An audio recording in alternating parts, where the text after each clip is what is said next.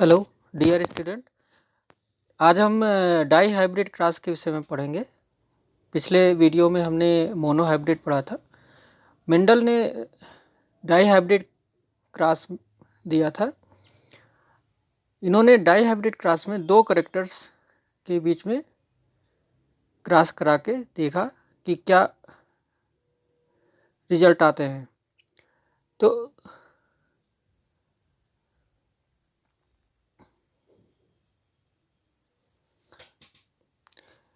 Mono hybrid cross के साथ Mendel ने वर्क किया था। इसके बाद मेंडल ने जो पी है मटर है, इसके डिफरेंट वैरायटीज और भी ली और उसमें दो कैरेक्टर्स लिए। ये दो कैरेक्टर के बीच में जब क्रॉस कराते हैं तो इसको हम डाई हाइब्रिड क्रॉस बोलते हैं। डाई हाइब्रिड में डाई मीन्स दो, हाइब्रिड जिसमें मिक्स कैरेक्टर हो। तो ऐसे क्रॉस जिसमें से दो मिक्स कैरेक्टर वाले प्रोजनी बनते हैं F1 जनरेशन में, तो उसको हम डाई हाइब्रिड क्रॉस कहते हैं। इसमें दो कैरेक्टर लिए जाते हैं, दो कैरेक्टर्स। एग्जाम्पल के रूप में हम देख सकते हैं, मेंडल ने क्या किया था, he had one homozygous variety of pea with seeds that are round and yellow seeds. Round and yellow ये होमोजाइगस कैसे कह रहे हैं, क्योंकि इन्होंने कम से कम 2 जनरेशन तक इनमें सेल्फ फर्टिलाइजेशन कराया होगा और उसके बाद इन्होंने देखा कि वही result same round and yellow ही हर बार दिखाई पड़ रहे हैं, तो इसको होमोजाइगस बोल देते हैं। ठीक है। दूसरी वैरायटी इन्होंने ली थी another homozygous variety with seeds that were wrinkled and green. ये ग्रीन और रिंकल्ड, तो दो तरह के करेक्टर लिए इन्होंने, एक राउंड एंड येलो और दूसरा रिंकल्ड एंड सीड। राउंड जो है ये सीड के शेप को दिखा रहा है और येलो क्या है, सीड के कोट का जो कलर है उसकी बात कर रहे हैं। तो सीड जो है राउंड होगा और सीड क्या होगा, राउंड, बिल्कुल राउंड होगा और किस कलर का होगा, येलो कलर का। इसके बाद दूसरी जो वैरायटी ली थी उसमें क्या किया था इन्होंने, इसमें इन्होंने व्रिंकल्ड लिया। व्रिंकल्ड मीन सीड का जो आउटर बाउंड्री है वो व्रिंकल्ड होगी। ठीक है। और कलर क्या होगा उसका, ग्रीन होगा। इसके बाद इन दोनों करेक्टर्स को इन्होंने लिया और when he crossed the two varieties, इन दोनों वैरायटीज के बीच में जब क्रॉस कराया, the seed of all F1 progeny में जो सीड मिले इनको वो क्या थे, राउंड एंड येलो। क्यों मिले इनको, क्योंकि ये राउंड एंड येलो क्या है, डोमिनेंट करेक्टर से। राउंड और येलो क्या है, डोमिनेंट करेक्टर। तो आपको पता है कि F1 जनरेशन में कौन दिखाई पड़ता है, जो डोमिनेंट करेक्टर होते हैं वो दिखाई पड़ते हैं, जो नहीं दिखाई पड़ते उनको क्या बोलते हैं, रेस्क्यू। तो यहाँ पर रेस्क्यू कौन है, रिंकल्ड एंड ग्रीन, तो ये नहीं दिखाई पड़ते हैं फर्स्ट जनरेशन में, F1 जनरेशन में। इसके बाद इन्होंने इस F1 जनरेशन को सेल्फ फर्टिलाइजेशन करने पे क्या हुआ, इनको जो F2 में प्रोजनी मिली, F2 जनरेशन में, वो डिफरेंट रेशियो में मिली। जैसे राउंड एंड येलो जो है वो कितनी मिली, राउंड येलो मिली इनको 315 round yellow, 101 wrinkled yellow, 108 round green and 32 wrinkled green seeds. तो अब यहाँ पे आप देखिए कि जो रेशियो आया वो क्या है, अप्रॉक्सीमेटली 9:3:1 का रेशियो आया। इसमें 9 आउट ऑफ 16 अगर टोटल हम देखें तो 16 में से 9 प्रोजनी क्या होंगे, राउंड एंड येलो होंगी। राउंड येलो क्या है, राउंड येलो जो है ये डोमिनेंट करेक्टर है पेरेंट्स जनरेशन का। और 3 आउट ऑफ 16 क्या मिलेंगे आपको, रिंकल्ड एंड येलो, ये मिक्स्ड है। ठीक है। 3 out of 16 round and green और 1 out of 16 wrinkled and green का मिलेगा, रिंकल्ड एंड ग्रीन।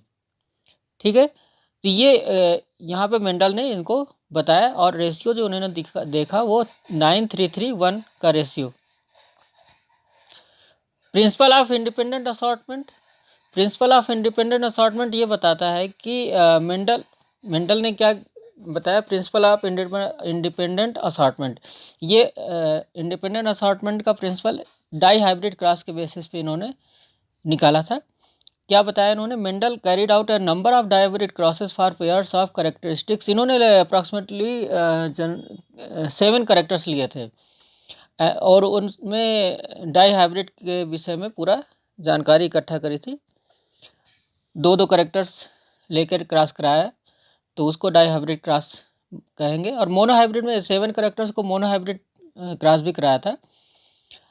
और यहाँ पर जब उन्होंने डाई हाइब्रिड क्रॉस कराया तो उनको रेशियो जो मिलता है, हर बार इनको क्या रेशियो मिल रहा था? 9:9:3:3:1 का रेशियो F2 जनरेशन में।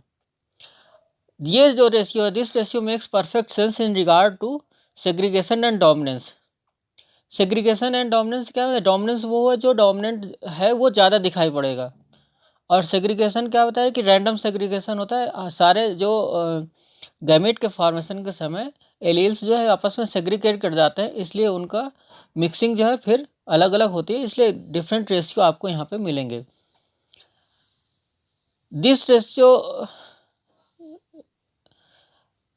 Shows that if we add a third principle, अगर हम इस रेशियो के में जो है, इस रेशियो के अकॉर्डिंग हमने जो पढ़ा अभी सेग्रीगेशन एंड डोमिनेंस पढ़ लिया। अब हम देख लेंगे अगर हम इसमें एक और ऐड करते हैं principal of independent assortment. Principal of independent assortment क्या है? प्रिंसिपल ऑफ इंडिपेंडेंट असॉर्टमेंट ये मेंडल का सेकंड रूल कहलाता है, सेकंड लॉ। इसमें क्या कहता है? This principle states that alleles at different loci separate independently of one another. Different locus पे जो जीन होते हैं वो एक दूसरे से इंडिपेंडेंट होते हैं। तो ये इनका दूसरा नियम था, प्रिंसिपल ऑफ इंडिपेंडेंट असॉर्टमेंट। अब ये the principle of segregation states that the 2 alleles of a locus separate when gametes are formed. जब ये पहला क्या करा है कि जब गैमीट बनते हैं तो दोनों एलील क्या है वो आपस में सेग्रीगेट कर जाते हैं।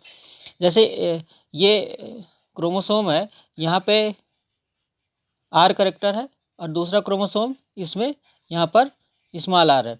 तो जब से वो गैमीट बनेगा तो गैमीट बनते समय क्या होगा? एक आर, एक क्रोमोसोम एक इधर आ गया, एक गैमीट बना देगा, और दूसरा ये एक गैमीट बनाएगा।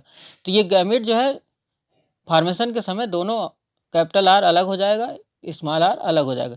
तो गैमीट फॉर्मेशन के समय ये अलग हो जाते हैं, तो इसको बोलते हैं लॉ ऑफ सेग्रीगेशन या प्रिंसिपल ऑफ सेग्रीगेशन। तो ये जो दोनों एलील हैं इनकी लोकस तो एक ही है, एक ही जगह पर प्रेजेंट है, लेकिन जब ये गैमीट बनेंगे तो अपने एक क्रोमोसोम को दोनों, आपको पता होगा मियोसिस के समय 2 क्रोमोसोम होते हैं होमोलॉगस, और जब मियोसिस होती है उसमें एनाफेज के समय दोनों होमोलॉगस क्रोमोसोम के क्रोमैटिड्स जो है आपस में सेपरेट कर जाते हैं, अलग हो जाते हैं।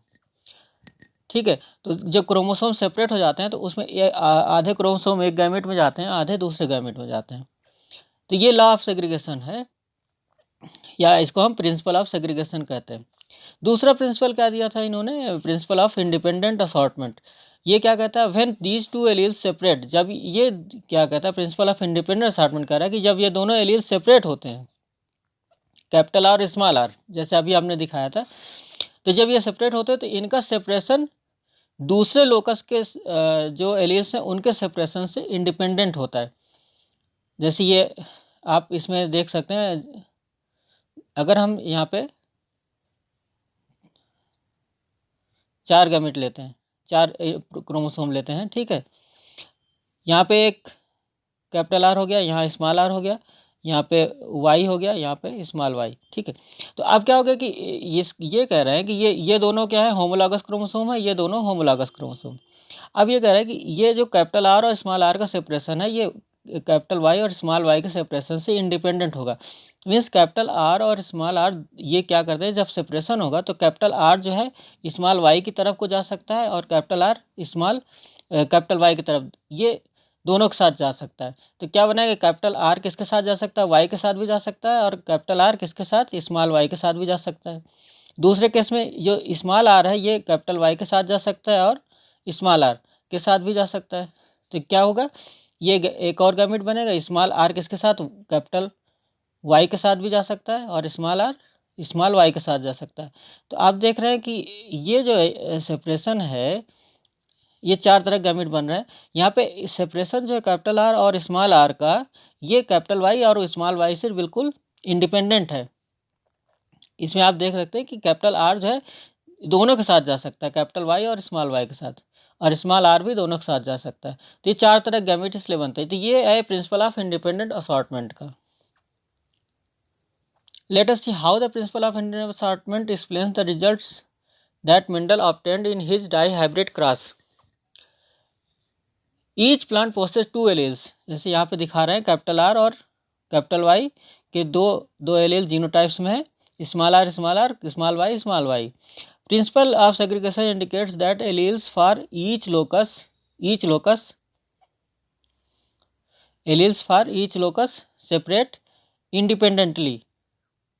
Separate and one allele for each locus passes to each gamete. एक गैमेट में एक एलील जाएगा। The gamete produced by the round yellow parent therefore contains allele. तो ये राउंड येलो के जो गैमेट बनेंगे वो क्या होंगे, capital R capital Y. whereas the gametes produced by the wrinkled green parent contain small r small y. These two types of gametes unite to produce F1. F1 में जब ये यहाँ पे क्या हो रहा है कि आप देख रहे हैं कैपिटल आर कैपिटल वाई और दूसरा स्मॉल आर स्मॉल वाई, ठीक है। अब जब गैमेट बनेगा तो ये इनको जब हम क्रॉस कराते हैं इन दोनों के बीच में, तो क्या फॉर्मेशन क्या होगा। अब यहाँ हम देख सकते हैं कि ये कैपिटल आर स्मॉल वाई जो है ये गैमेट क्या बनाएंगे। तो इसमें गैमेट जब ये सेपरेट होंगे तो ये क्या बनाएंगे, गैमेट एक कैपिटल आर और दूसरा कैपिटल वाई, ये गैमेट बनेगा। इसके गैमेट क्या बनेंगे, स्मॉल आर और स्मॉल वाई, ठीक है। इसके सारे गैमेट इसी तरह के बनेंगे, सेम टाइप के क्यों बनेंगे, इसको आप देख लो। जैसे ये कैपिटल आर, इसको आप देखें अगर ये जो हमारा है ये इसके गैमेट्स कैसे बनेंगे। गैमेट्स बनाते समय हम क्या करेंगे कि जो कैपिटल आर और कैपिटल वाई है, ठीक है। अब इसके गैमेट्स जब बनेंगे तो ये जैसे चार ये दोनों क्या है, होमोलॉगस क्रोमोसोम है, ये दोनों होमोलॉगस क्रोमोसोम है। कैपिटल आर एक क्रोमोसोम, ये जैसे एक होमोलॉगस क्रोमोसोम है, यहाँ पे एक में कैपिटल आर है, इसमें भी कैपिटल आर है, इसमें कैपिटल आर, इसमें कैपिटल आर, और यहाँ पे अगर वाई का देखें तो एक वाई यहाँ एक वाई यहाँ पर है, ठीक है। जब सेपरेशन होगा तो एक क्रोमोसोम एक पोल को जाएगा एनाफेज के समय, दूसरा दूसरे पोल को जाएगा, इसमें भी एक पोल को जाएगा, दूसरा दूसरे पोल को जाएगा। तो क्या होगा कि जैसे ये इस साइड वाले पोल में एक कैपिटल आर आ जाएगा और इस साइड वाले पोल में एक कैपिटल आर चला जाएगा, दूसरे साइड भी। और इसी तरह इस वाई जो है, वाई भी एक वाई इधर को आ जाएगा, एक वाई इधर को चला जाएगा। तो ये कैपिटल आर कैपिटल वाई और कैपिटल आर कैपिटल वाई।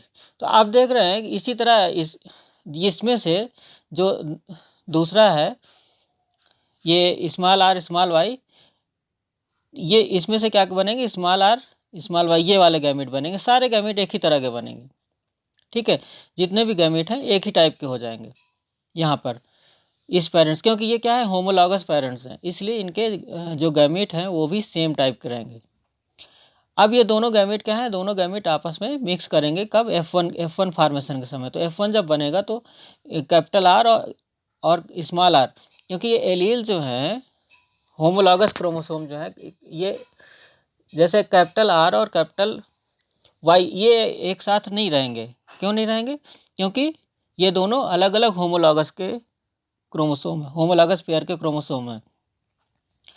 तो ये कैपिटल आर एक एलील है, स्मॉल आर भी एक एलील है एक पर्टिकुलर जीन के, तो इन दोनों के होमोलॉगस क्रोमोसोम साथ में आएंगे, इसलिए कैपिटल आर और स्मॉल आर के पास में आ जाएंगे। अब यहाँ पे देखते हैं कि round is dominant over wrinkled and yellow is dominant over green.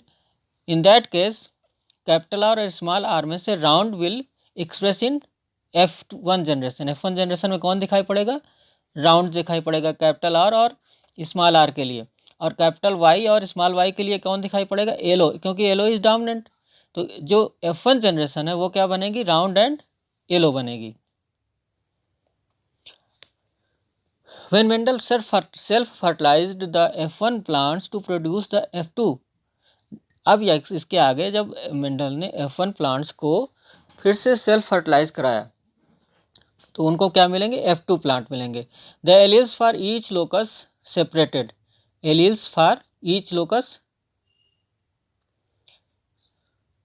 Separated, locus जो है वो सब एक पर्टिकुलर लोकस के सारे एलील सेपरेट हो जाते हैं। And one allele going into each gamete. This event is where the principle of independent assortment becomes important. क्या है, each pair of alleles can separate in two ways. यहाँ पे आप देख सकते हैं कि जो भी पेयर हैं वो दो तरह से सेपरेट हो सकते हैं।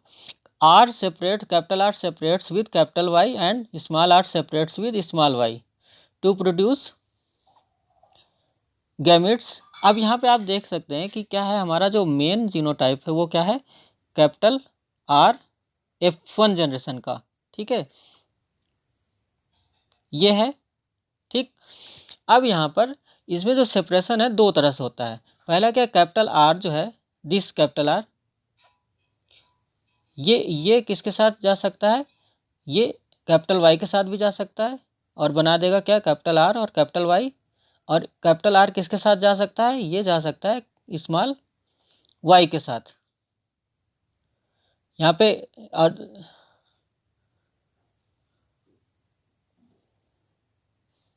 फिर से देखते हैं इसको, capital R small r, capital Y small y। Capital R यहाँ पे लिखा हुआ है capital R with separates with capital Y, इसके साथ सेपरेट हो सकता है कैपिटल Y के साथ, और क्या बना देगा, कैपिटल R कैपिटल Y, एक सीट बना देगा, ठीक है। दूसरा, small r separates with small y, small r किसके साथ सेपरेट करेगा, स्मॉल y के साथ, तो ये एक गैमेट और बना दिया, ठीक है। और दूसरा, तो यहाँ पे आप देख रहे हैं कि क्या गैमेट बने, कैपिटल R और कैपिटल Y और दूसरा स्मॉल r स्मॉल y। अब इसके बाद नेक्स्ट है R, ये जो R है ये किसके साथ और सेपरेट कर सकता है, ये R जो है ये सेपरेट हो सकता है, ये capital R separates with small y, ये जो स्मॉल y है इसके साथ सेपरेट हो सकता है, तो ये क्या बना देगा, कैपिटल R और स्मॉल y, एक गैमेट ऐसा बन जाएगा, ठीक है। तो कैपिटल R आप देख रहे हैं, कैपिटल R इस y के साथ भी चला गया और कैपिटल R इस स्मॉल y के साथ भी गया। इसी तरह स्मॉल r जो है, स्मॉल r किसके साथ जाएगा, स्मॉल r स्मॉल y के साथ गया, और स्मॉल r जो है ये कैपिटल Y के साथ भी जा सकता है, ठीक है। तो ये क्या बना दिया, चार तरह के गैमेट बना दिए। यहीं पर जो है ये इंडिपेंडेंट असॉर्टमेंट हो रहा है कि कैपिटल R जो है ये कैपिटल Y और स्मॉल y दोनों के साथ जा सकता है, ये इंडिपेंडेंट है, किसी के साथ भी जा सकता है। तो the principle of independent assortment tells us that the alleles at each locus, alleles at each locus separate independently. Thus, both kinds of separation occur equally and all four types of gametes, ये चार तरह gametes हैं, are produced in equal proportion, बिल्कुल बराबर बनेंगे। When these four types of gametes are combined to produce, अब ये again combine करेंगे तब ये F2 जनरेशन के प्रोजनी को बनाएंगे। The progeny consist of round yellow 9 out of 16, 3 out of 16 wrinkled yellow, 3 out of 16 round green and 1 wrinkled green, ठीक है। तो आप यहाँ देख सकते हैं कि ये जो राउंड है, राउंड मीन्स कैपिटल R यहाँ पे है, येलो के लिए कैपिटल Y एक होना जरूरी है। इस तरह रिंकल्ड कब आपको दिखाई पड़ेगा, जब दो स्मॉल R यहाँ पे आ जाएंगे, ठीक है। तो ये जब रेशियो स्मॉल r और स्मॉल y ये इस टाइप के करेक्टर्स डबल होंगे, उसी केस में रेशियो करेक्टर्स एक्सप्रेस होंगे। अदरवाइज अगर एक भी कैपिटल R या कैपिटल Y है तो वो उसको राउंड को कैपिटल R एक्सप्रेस कर देगा और येलो को कैपिटल वाई एक्सप्रेस कर देगा। नेक्स्ट देखते हैं, यहाँ पे आप देख सकते हैं, यहाँ पे जो लिया गया है ये पी जनरेशन, जो पेरेंट जनरेशन है, पेरेंट जनरेशन में क्या है, राउंड येलो सीड्स लिया गया। राउंड येलो का आप देख रहे हैं करेक्टर्स क्या है, capital R capital R capital Y capital Y. और रिंकल्ड ग्रीन सीड्स में small are small are small Y small y. ठीक है, इनके गैमेट्स बनेंगे कैपिटल आर कैपिटल वाई, इसके गैमेट बनेंगे, इसके सारे गैमेट स्मॉल आर और स्मॉल वाई बनेंगे। ठीक, नेक्स्ट जब इनको फर्टिलाइजेशन कराया गया तो उस केस में क्या बने, ये F1 जनरेशन, F1 जनरेशन में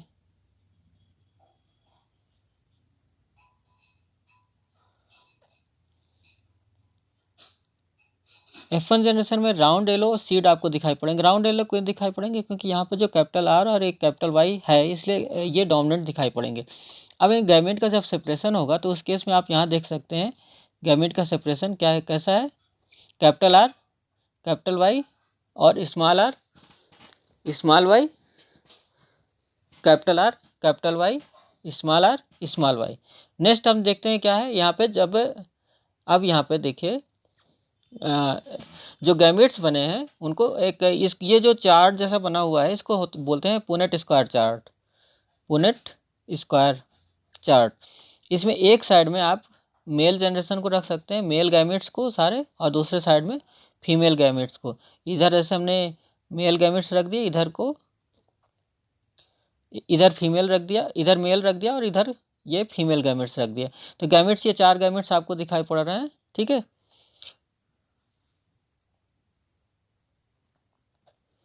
तो यहाँ पर आप देख रहे हैं कि जो सीड्स हैं ये कैसे बनेंगे, कैपिटल आर कैपिटल वाई और इधर से कैपिटल आर कैपिटल वाई। ये यहाँ पर आपको यहाँ पे दिख गए सारे करेक्टर। यहाँ पे कम से कम एक कैपिटल आर है इसलिए येलो राउंड हो गया, और एक कैपिटल वाई है तो राउंड येलो हो गया।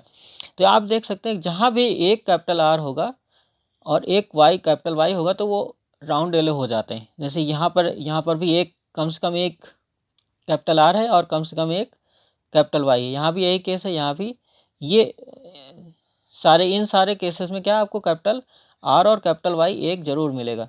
यहाँ तो उसको हम क्या बोलते हैं, ये राउंड येलो एक्सप्रेस कर देगा। जैसे ये है, ये भी राउंड येलो दिखाई पड़ जाएगा यहाँ पे, और एक ये राउंड येलो दिखाई पड़ जाएगा। ठीक है, अब ये टोटल कितने हो गया, 4 5 6 7 8 9 ये हो गए रेशियो राउंड येलो के। ठीक है, अब इसके बाद यहाँ पे देखते हैं, यहाँ पे जो ग्रीन दिखाई पड़ रहा है ये क्यों दिखाई पड़ रहा है, यहाँ से ऊपर से क्या आया, capital small are small Y आया, और इधर से भी स्मॉल आर इधर से भी स्मॉल आर स्मॉल वाई आया। तो ये क्या हो गया, small are small are small Y small Y. तो यहाँ पे कोई भी डोमिनेंट वैरायटी नहीं है, डोमिनेंट एलील नहीं है। डोमिनेंट एलील नहीं होने से क्या है, ये दोनों रिसेसिव हैं तो ये ग्रीन हो जाएगा और रिंकल्ड भी हो जाएगा। इसी तरह आप देख सकते हैं, आप देखें कि ये जो ग्रीन और रिंकल्ड का आपको दिखाई पड़ रहा है, केवल एक ही वैरायटी आपको दिखाई पड़ रही। ठीक है, इस तरह आप दूसरे भी देख सकते हैं, जैसे यहाँ पर है, यहाँ पर इस केस में और इस केस में और इस केस में, यहाँ पर आप देखें कि ये सारे तीनों राउंड हैं। राउंड क्यों है, क्योंकि कम से कम एक जो है इसमें कैपिटल आर है और दूसरा ये ग्रीन है, येलो की जगह पे क्या है, ग्रीन है। क्यों ग्रीन है, क्योंकि दोनों स्मॉल वाई, दोनों तीनों इन सभी में एक दोनों जगह पर क्या है, स्मॉल वाई है, तो ये ग्रीन हो गए। डोमिनेंट जो था वो नहीं है, यहाँ पे एक भी करेक्ट एलील नहीं है। इसके बाद आप देख सकते हैं इस वाले केस में और इस केस में और इस केस में, यहाँ पे आप क्या देख सकते हैं कि यहाँ पर जो पहला सेट है, पहले सेट में दोनों जगह तीनों जगह पर क्या है, स्मॉल आर है। तो ये क्या है, यहाँ पर जो कैपिटल आर है वो ना होने से राउंड नहीं हो पाएगा। अब ये क्या हो जाएगा, राउंड की जगह पे क्या हो जाएगा, रिंकल्ड। तो ये तीनों जगह पर रिंकल्ड हो गया। और दूसरे केस में आप देख सकते हैं कि यहाँ पे एक कैपिटल वाई, एक किसी न सभी में कम से कम एक कैपिटल वाई है, तो ये येलो डोमिनेंट हो जाएगा। तो यहाँ पर येलो हो जाएगा, तो ये रिंकल्ड और येलो यहाँ पे दिखाई पड़ेंगे। तो तो ये पूरा करेक्टर्स आपको यहाँ पे दिखाई पड़ रहे हैं। 9 राउंड येलो हो गया, 3 राउंड ग्रीन हो गया, 3 रिंकल्ड येलो हो गया, 1 ग्रीन रिंकल्ड ग्रीन हो गया। तो ये है डाई हाइब्रिड क्रॉस का F2 जनरेशन का आउटकम। तो मेंडल के ये दोनों क्लासेस हमने पढ़ लिए हैं, मोनो हाइब्रिड और डाई हाइब्रिड। इसके बाद आता है एक टेस्ट क्रॉस और बैक क्रॉस। बैक क्रॉस क्या होता है, जब हम किसी प्रोजनी को, जैसे F1 प्रोजनी है या F2 प्रोजनी है, ठीक है, उसको पेरेंट जनरेशन के किसी एक करेक्टर्स वाले प्लांट से हम क्रॉस कराते हैं, चाहे वो रेसेसिव करेक्टर का हो, चाहे डोमिनेंट करेक्टर का हो। तो जब हम एक पीढ़ी पीछे को जाते हैं और वहाँ से प्लांट लेते हैं और उसके साथ क्रॉस कराते हैं, तो हम इसको बोलते हैं बैक क्रॉस, पीछे को गए, बैक, ठीक है। तो ये होता है बैक क्रॉस। अब यहाँ पर जो हम पढ़ने जा रहे हैं ये टेस्ट क्रॉस है। टेस्ट क्रॉस क्या होता है कि जीनोटाइप हमें पता नहीं होता है। ये टेस्ट क्रॉस बहुत ही इंपॉर्टेंट टूल है, useful tool for analysing genetic crosses is the test cross in which the one individual of unknown genotype. यहाँ पे आप ध्यान दीजिएगा कि हम क्या करने वाले हैं, अननोन जीनोटाइप। हमें जीनोटाइप नहीं बताया है कि उसका कोई प्लांट है उसका जीनोटाइप क्या हो गया, is crossed with another individual with homozygous recessive. Test cross में हमेशा एक इंपॉर्टेंट चीज़ होती है कि होमोजाइगस रेसेसिव प्लांट से हम क्रॉस कराते हैं। किससे कराते हैं, रेसेसिव जीनोटाइप के प्लांट से। तो रेसेसिव से कराने से क्या है कि रेसेसिव प्लांट का जीनोटाइप कभी एक्सप्रेस नहीं होता है, ठीक है, वो एक्सप्रेस होगा नहीं। तो क्या होगा कि जिस प्लांट को हम ले रहे हैं, जिसका जीनोटाइप हम जानना चाह रहे हैं, उसके करेक्टर एक्सप्रेस हो जाएंगे। अगर डोमिनेंट करेक्टर एक भी प्रेजेंट होगा तो वो दिखाई पड़ने लगेगा, और अगर दूसरा डोमिनेंट है तो ठीक है कि वो दिखाई पड़ेगा ही। और अगर रेसेसिव है तो उस केस में जो हम होमोजाइगस रेसेसिव जीनोटाइप ले रहे हैं उसके करेक्टर दिखाई पड़ेंगे। तो हमें पता चल जाएगा कि दूसरे पोजीशन पे उस प्लांट के कौन सा है, क्या डोमिनेंट ट्रेट है, एलील है, या रेसेसिव एलील है। इसमें करते क्या है, a test cross is test cross test are reveals the genotype of first individual. ये जो फर्स्ट इंडिविजुअल है जिसका हम चेक करने जा रहे हैं, उसको उसके जीनोटाइप को हमें बताएगा। Suppose you are given a tall pea plant. अगर आपको एक टाल पी प्लांट दिया गया है with no information of about its parents, केवल टाल प्लांट आपको दिया गया और ये नहीं बताया कि वो टाल प्लांट के पेरेंट्स क्या थे। अगर उसके पेरेंट्स मान लीजिए दोनों टाल प्लांट थे, तो ये 100% है, ये इसमें टाल प्लांट के करेक्टर हैं, तो दोनों जगह एलील कैपिटल टी हो जाएंगे। अगर जो ये पेरेंट है रेसेसिव होंगे या एक डोमिनेंट होगा, तो उस केस में भी टाल आपको दिखाई पड़ जाएगा, ठीक। लेकिन अगर आपको पेरेंट्स का पता ही नहीं है, एक सिंपल प्लांट दे दिया गया है कि वो टाल प्लांट है, तो आपको उसका जीनोटाइप पता लगाना है। तो उस केस में क्या है, because tallness is a dominant trait, tallness क्या है, डोमिनेंट ट्रेट है, तो उसमें क्या हो सकता है कि होमोजाइगस कंडीशन भी हो सकती है और हेट्रोजाइगस कंडीशन भी हो सकती है। होमोजाइगस मीन्स अगर दोनों एलील कैपिटल टी है तो भी टाल दिखाई पड़ेगा। अगर एक कैपिटल टी है और दूसरा स्मॉल टी है, उस केस में हेट्रोजाइगस कहेंगे, और उस केस में भी आपको टाल प्लांट ही दिखाई पड़ेगा, उसका जो टालनेस है करेक्टर, क्योंकि एक कैपिटल टी प्रेजेंट है इसलिए ये क्या एक्सप्रेस करेगा, टाल प्लांट ही एक्सप्रेस हो जाएगा। But you would not know which, लेकिन हमें टाल प्लांट दिखाई पड़ रहा है। अब दोनों संभावना बनी हुई है कि होमोजाइगस भी हो सकता है और हेट्रोजाइगस भी हो सकता है। अब यहाँ पे हमें ये देखना है कि क्या है दोनों में से कौन सा। तो हमें इसको डिटरमाइन करने के लिए its genotype by performing a test cross. तो हम क्या करेंगे, इसके जीनोटाइप को डिटरमाइन करने के लिए हम एक टेस्ट क्रॉस करेंगे। If the plants were homozygous, अगर ये प्लांट जो है ये क्या होगा, होमोजाइगस होगा, तो उस केस में क्या हमें पता चल जाएगा, a test cross would produce all tall progeny, capital T और स्मॉल कैपिटल टी और कैपिटल टी, इसके बीच में जब टेस्ट क्रॉस कराएंगे तो सारे प्रोजनी हमें कैसे मिलेंगे, टाल प्लांट। कैसे, एक एग्जाम्पल ग्रुप देख लेते हैं। जैसे कैपिटल टी है, ये अगर होमोजाइगस कंडीशन होगी तो इसको हम अगर क्रॉस कराते हैं, हम किससे क्रॉस कराएंगे, हमेशा हम स्मॉल टी से क्रॉस कराएंगे, ठीक है। हेट्रोजाइगस, ये होमोजाइगस कंडीशन अगर होगी तो उस केस में क्या मिलेगा हमें, आपको पता है कि कैपिटल टी सारे गैमेट क्या बनेंगे, कैपिटल टी बनेंगे, और इसमें सारे गैमेट क्या बनेंगे, स्मॉल टी। तो ये जो प्रोजनी मिलेगी आपको कैपिटल टी और स्मॉल टी मिलेगी। तो इसमें आपको पता है कैपिटल टी एक होने से क्या हो जाएगा, ये डोमिनेंट हो जाएगा, और ये सारे प्लांट क्या दिखाई देगा, टाल, सारे टाल प्लांट आपको दिखाई पड़ेंगे, ठीक है। दूसरी कंडीशन क्या है, दूसरी कंडीशन है कि अगर हेट्रोजाइगस है, ये कैपिटल टी और स्मॉल टी है, इसको अगर हम स्मॉल टी से हमने क्रॉस कराया तो उस केस में क्या होगा। अब यहाँ पे आप देखिए कि इस केस में क्या कि दो तरह की प्रोजनी बनेगी। एक तो कैपिटल टी बनेगी, एक गैमेट, ये दोनों सेपरेट होंगे, ठीक है, और एक स्मॉल टी। यहाँ पे दो टाइप के गैमेट बन जाएंगे। यहाँ पे आपको पता है कि केवल एक ही टाइप का गैमेट बनेगा, स्मॉल टी। अब जब हम इनको टेस्ट क्रॉस कराएंगे तो हमें जो प्रोडक्ट मिलेगा, आउटकम क्या मिलेगा, क्या दो तरह के मिलेंगे। एक तो ये कैपिटल टी जो है स्मॉल टी के साथ मिक्स हो सकता है, ये एक टाइप का गैमेट मिलेगा, और दूसरा ये क्या, स्मॉल टी। तो आपको जो आउटकम मिलेगा, प्रोडक्ट मिलेगा, वो क्या होगा, आधे प्लांट तो होंगे जो कैपिटल टी और स्मॉल टी शो कर रहा है ना, तो कैपिटल टी की वजह से टाल हो जाएगा, आधे प्लांट आपको टाल मिलेंगे, ठीक है। और आधे प्लांट आपको क्या मिलेंगे, ड्वार्फ मिलेंगे, छोटे वाले मिलेंगे। तो क्योंकि इसमें स्मॉल टी दोनों जगह है तो वो एक्सप्रेस हो जाएगा। तो हम ये देख रहे हैं कि जब होमोजाइगस डोमिनेंट प्लांट है, जैसे टाल है, अगर वो होमोजाइगस है तो उस केस में जब हम टेस्ट क्रॉस करते हैं तो प्रोजनी जो मिलती है वो सारे टाल प्लांट मिलेगी, F1 प्रोजनी।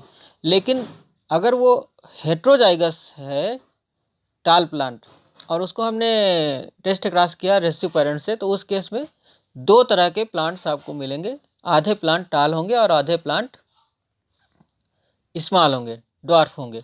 तो इससे हमें पता चल जाएगा कि ये हेट्रोजाइगस कंडीशन है, ठीक। तो आपको इसमें आप ये देखिए, ऐसे ऐसे आपको एक टाल प्लांट दिया गया, आपने इसको किससे,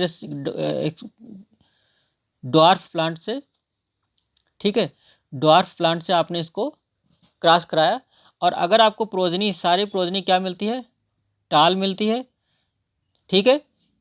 तो आप समझ जाइए कि इसका जो ये जो है, इसमें क्या है, इसका जीनोटाइप क्या है, कैपिटल टी होगा, ठीक है।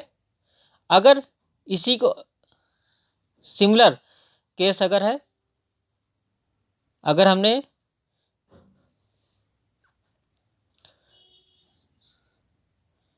ये एक टाल प्लांट लिया, ठीक है, और ड्वार्फ प्लांट लिया, और हमने क्रॉस कराया, तो टाल के साथ में अगर हमें ड्वार्फ मिल रहे हैं आधे आधे, ठीक है, ये 1/2 ये मिलेंगे, 1/2 ये मिलेंगे, आधे टाल आधे dwarf.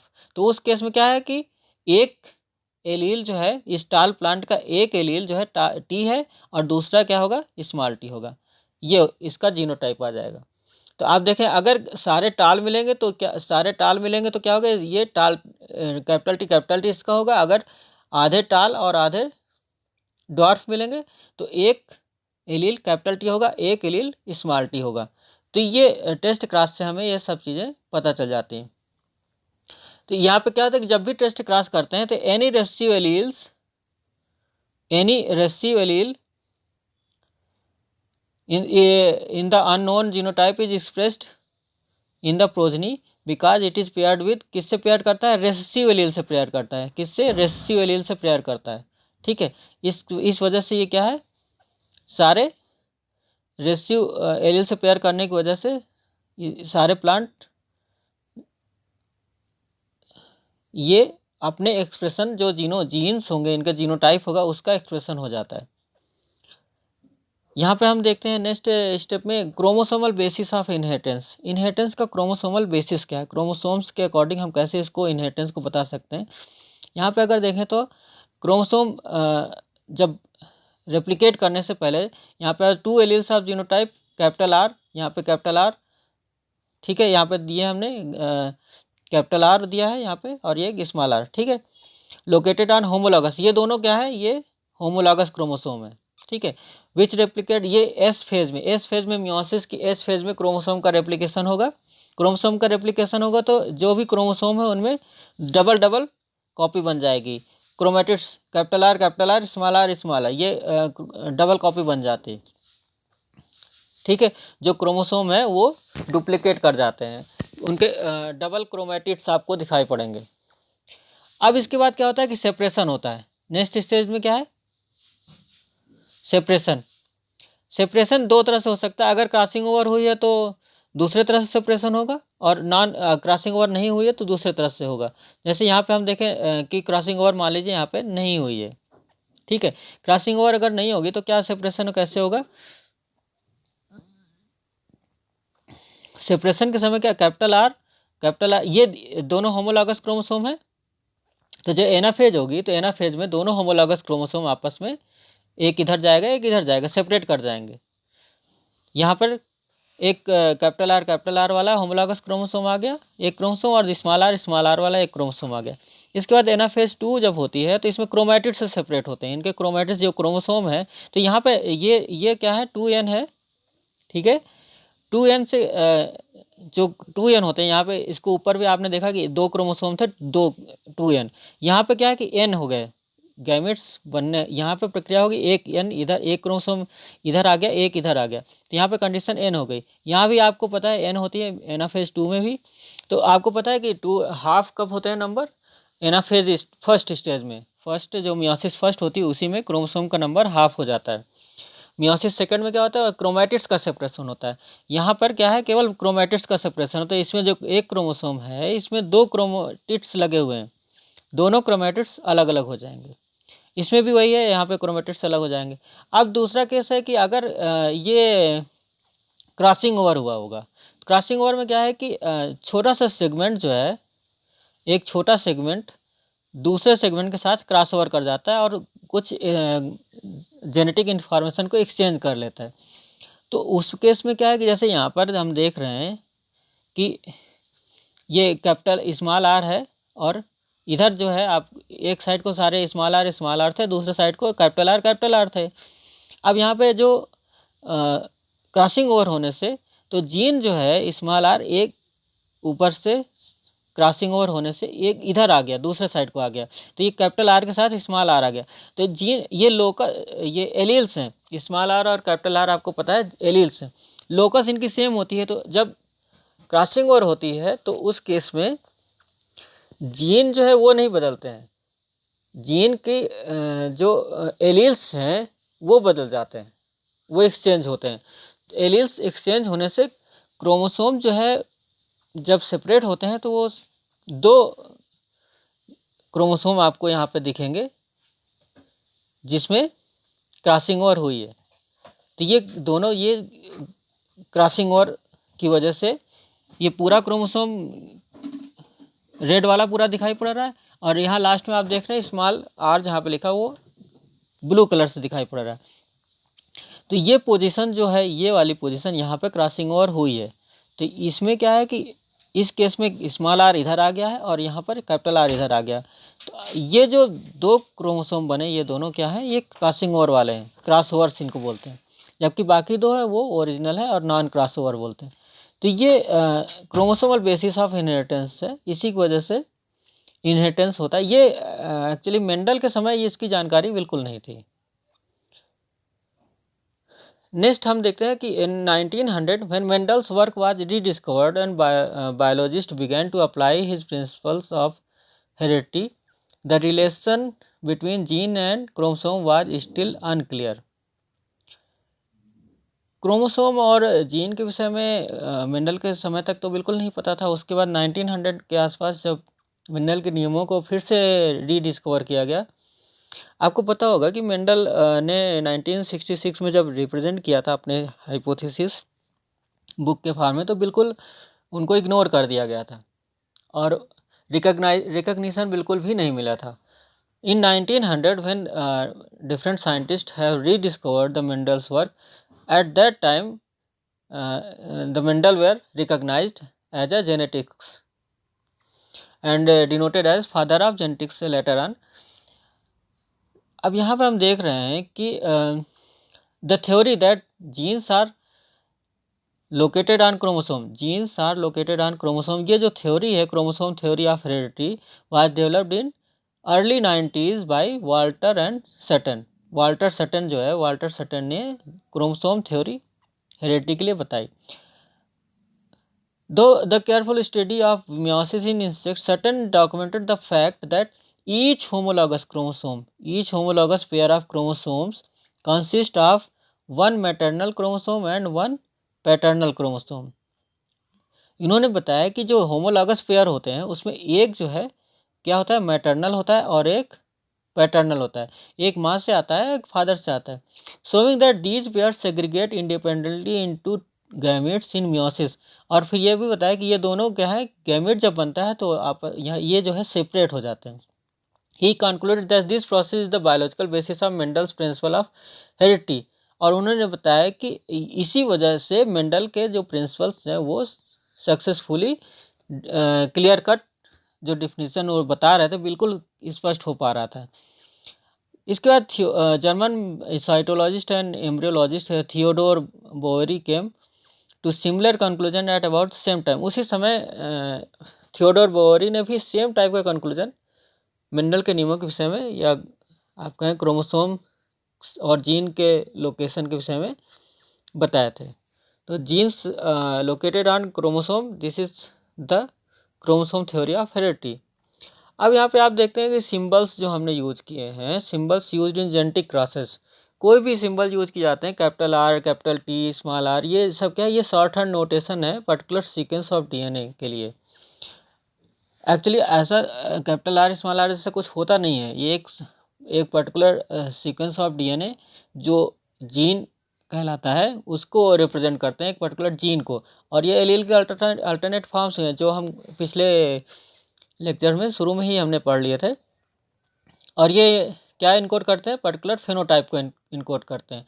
To alleles of genotype are found on different but homologous chromosome. One chromosome of each homologous pair is inherited from the mother and other from the father.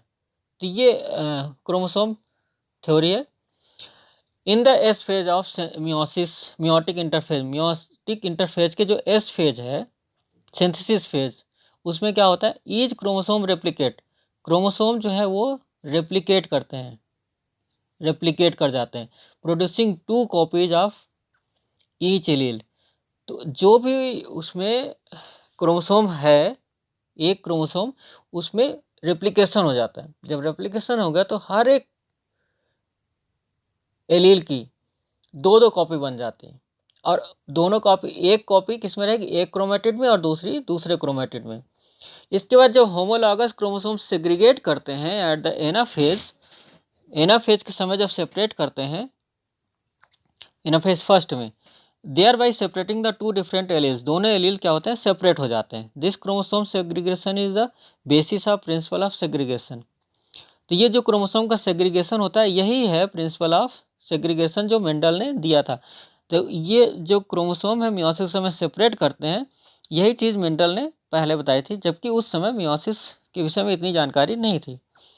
अब इन एनाफेज सेकंड में क्या होगा कि जो दो क्रोमेटिड्स हैं, chromatids जो है that will separate, so gamete resulting from meiosis carries only a single allele at each locus. तो ये क्लियर हुआ कि जब मियोसिस होती है तो उसमें जो गैमेट बनते हैं तो उनमें क्या एक ही कॉपी, सिंगल एलील आता है, एक लोकस, इसी एक लोकस पर एक ही एलील आता है। और यही मेंडल के प्रिंसिपल ऑफ सेग्रीगेशन प्रिडिक्ट करता है। नेक्स्ट है, if crossing over has taken place in prophase first of meiosis, अगर प्रोफेज फर्स्ट में क्रॉसिंग ओवर हो गई, Then two chromatids of each replicate chromosome are no longer identical and the segregation of different alleles takes place at anaphase 1 and 2. However, Mendel did not know anything about chromosomes. He formulated his principles of heredity entirely on the basis of results of crosses that he carried out. Mendel को chromosome के विषय में कोई जानकारी नहीं थी, उन्होंने अपने क्रॉस जो किए थे उसी के बेसिस पे सारे रिजल्ट बताए थे। और मेंडल वाज लकी, कहा जाता है कि मेंडल लकी थे कि उन्होंने जो 7 करेक्टर्स लिए थे वो 4 क्रोमोसोम में प्रेजेंट थे। लेकिन जो 4 क्रोमोसोम में भी एक ही क्रोमोसोम में अगर 2 करेक्टर प्रेजेंट थे वो तो इतने ज़्यादा दूर थे कि उनमें क्रॉसिंग ओवर संभव नहीं थी, इसलिए उनके रिजल्ट्स अप्रॉक्सीमेटली सही आ रहे थे। अगर दो करेक्टर्स जो उन्होंने लिए थे बिल्कुल पास में प्रेजेंट होते एक क्रोमोसोम में, तो उस केस में क्या है कि क्रॉसिंग ओवर की संभावना होती और जो प्रोडक्ट है वो बिल्कुल डिफरेंट आते। लेकिन मेंडल वाज लकी, ये कहा जाता है। ठीक है, नेक्स्ट हम पढ़ते हैं relating the principle of independent assortment to meiosis. हम मियोसिस से कैसे प्रिंसिपल ऑफ इंडिपेंडेंट असॉर्टमेंट को रिलेट कर सकते हैं, यह है एनालिटिकल टाइप की स्टडी है, थोड़ा सा हमें जानना चाहिए। An important qualification of the principle of independent assortment is that it applies to characters encoded by loci located on different chromosome, but because like the principle of segregation it is based wholly on the behavior of chromosome in meiosis. अब यहाँ देखते हैं each pair of homologous chromosome separates independently of all pairs in anaphase 1. अब यहाँ पे जो separation हो रहा है वो सेपरेशन की बात देखते हैं। सेपरेशन जो होता है वो each pair of homologous chromosome separate करते हैं। जो होमोलॉगस क्रोमोसोम है, दो क्रोमोसोम है होमोलॉगस, वो सेपरेट करते हैं independently of all other pairs in anaphase first of meiosis. तो ये बात कर रहे हैं कि दो क्रोमोसोम जो पेयर में है वो सेपरेट करते हैं, एक साइड को जाएगा, एक दूसरे साइड को जाएगा, ऐसे। ठीक है, और लेकिन ये दो सेपरेट कर गए और जो दूसरा पेयर होगा ये भी सेपरेट करेगा इंडिपेंडेंटली। तो ये जरूरी नहीं है कि दोनों एक दूसरे की तरफ सेम ही दिशा में सभी जाएं, ऐसा जरूरी नहीं है। तो ये एक दूसरे से क्या होते हैं, इंडिपेंडेंट होते हैं। Genes that happen to be located on same chromosome will travel together. अब यहाँ पे आप देखिए कि अगर एक ही क्रोमोसोम में जीन प्रेजेंट होंगे, जितने भी जीन प्रेजेंट होंगे क्रोमोसोम में, जैसे ह्यूमंस में आप देखते हैं, पता है आपको कि 500 to 1000 जीन एक ही क्रोमोसोम में प्रेजेंट होते हैं, तो वो सारे क्या है एक ही साथ ट्रेवल करेंगे एनाफेज फर्स्ट में, और दूसरा जो उसका होमोलॉगस होगा वो दूसरे साइड को चला जाएगा।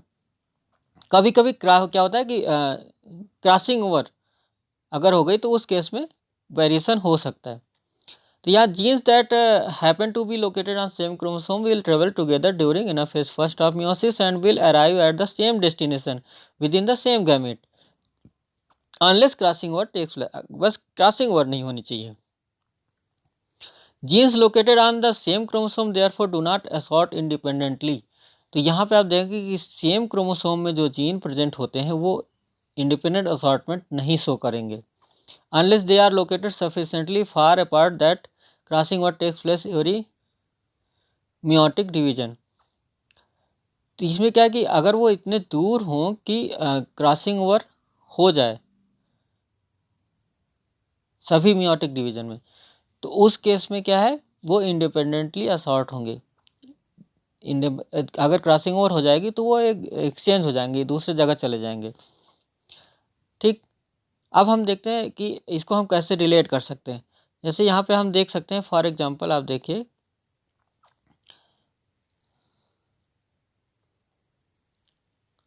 ये जो यहाँ पे आप देख रहे हैं कि ये जो सेल है, सेल में आपको कितने दिख रहे हैं, सेल जो है ये सेल में आपको दिख रहे हैं 3 पेयर ऑफ क्रोमोसोम आपको दिख रहे हैं। ये फर्स्ट, सेकंड, थर्ड, 3 आपको दिख रहे हैं। अब ये तीनों में क्या है कि जो फर्स्ट एम लिखा हुआ है ये मैटरनल है, फर्स्ट पी पैटर्नल है। जो ब्लू कलर से दिखाई पड़ रहे हैं ये पैटर्नल है, पेरेंट फादर से आए हैं। और जो रेड कलर से है एम मैटरनल लिखा हुआ है, ये मैटरनल क्रोमोसोम है। ठीक है। अब ये क्या कि जो फर्स्ट क्रोमोसोम है दोनों पेयर में है। ठीक है। पेयर जब ये मियोसिस होगी तो उसमें ये पेयर बनाएंगे। यहाँ पर डीएनए रेप्लिकेशन होगा तो ये सारे क्रोमोसोम क्या है, डुप्लीकेटेड टाइप के हो जाएंगे। इनमें एक ही क्रोमोसोम तो एक ही रहेगा, लेकिन इसमें क्या है कि सब में दो दो क्रोमेटिड्स आपको दिखाई पड़ रहे हैं, दो दो क्रोमेटिड्स हो जाएंगे। तो अब इसके बाद यहाँ पे 4 possible ways for 3 pair to align in metaphase first. Metaphase first जो होती है उस समय इनमें अलाइनमेंट होगा, एक साथ आएंगे। तो इसमें 4 टाइप की पॉसिबिलिटी है। क्या क्या पॉसिबिलिटी है आप देख सकते हैं यहाँ पे, 4 टाइप की पॉसिबिलिटी आप देखिए। पहला तो ये है कि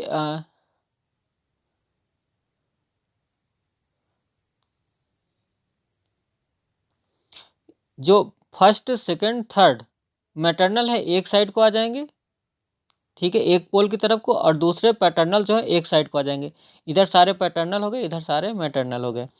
ये एक पॉसिबिलिटी हो गई। अगर ऐसा होगा तो एक गैमेट जो बनेगा उसमें क्या होगा कि सारे मैटरनल वाले क्रोमोसोम पहुंच जाएंगे, सारे रेड वाले, ये आप देख रहे हैं सारे रेड वाले, और दूसरे में सारे पी वाले पैटर्नल।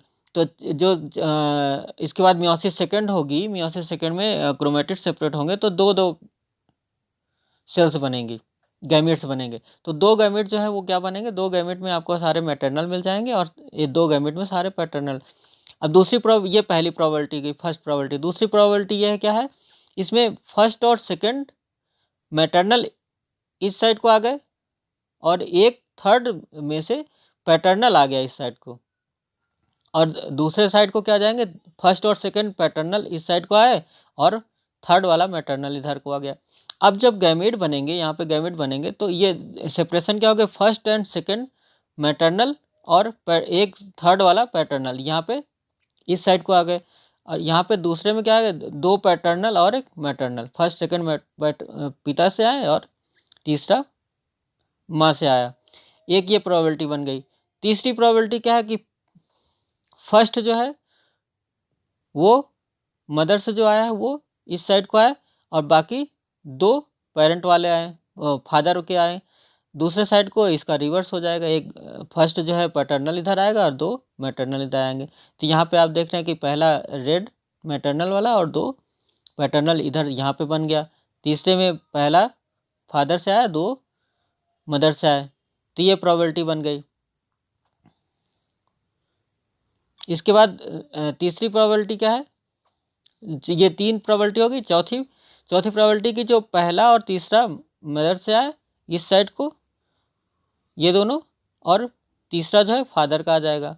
इधर को कौन आएगा, पहला और तीसरा फादर के आ गया और दूसरा मदर से आ गया। तो यहाँ पे फर्स्ट और थर्ड मैटरनल दिख रहे हैं और सेकंड पैटर्नल। 2 गैमेट आपको यहाँ बनेंगे। 2 गैमेट कैसे बनेंगे, ये इसमें फर्स्ट और थर्ड पैटर्नल होगा और एक मैटरनल होगा। तो ये आप देख रहे हैं कि कितने तरह के कॉम्बिनेशंस बन सकते हैं। तो ये प्रोबेबिलिटी ये जो दिखा रहा है कि ये इंडिपेंडेंट असॉर्टमेंट दिखा रहा है कि पहला जो पेयर है मदर और फादर का, वो माँ और पिता का, वो जो आया हुआ है वो किसी भी तरफ को जा सकता है, और उसके जाने से सेकंड वाला उससे प्रभावित नहीं है, वो उसके पास दोनों तरफ जाने का चॉइस रहती है, इंडिपेंडेंट होता है, वो इंडिपेंडेंटली असॉर्ट करता है। तो वो फर्स्ट के साथ भी जा सकता है मैटरनल वाला दूसरा, जैसे फर्स्ट का मैटरनल एक तरफ आया और पैटर्नल दूसरी तरफ गया, लेकिन जब दूसरा क्रोमोसोम पेयर सेग्रेट करेंगे तो वो दूसरा मैटरनल पहले वाले मैटरनल की तरफ भी जा सकता है या नहीं भी जा सकता है। तो ये होता है इंडिपेंडेंट असॉर्टमेंट। ठीक है, इसके बाद अब हम लोग नेक्स्ट टर्न पे पढ़ेंगे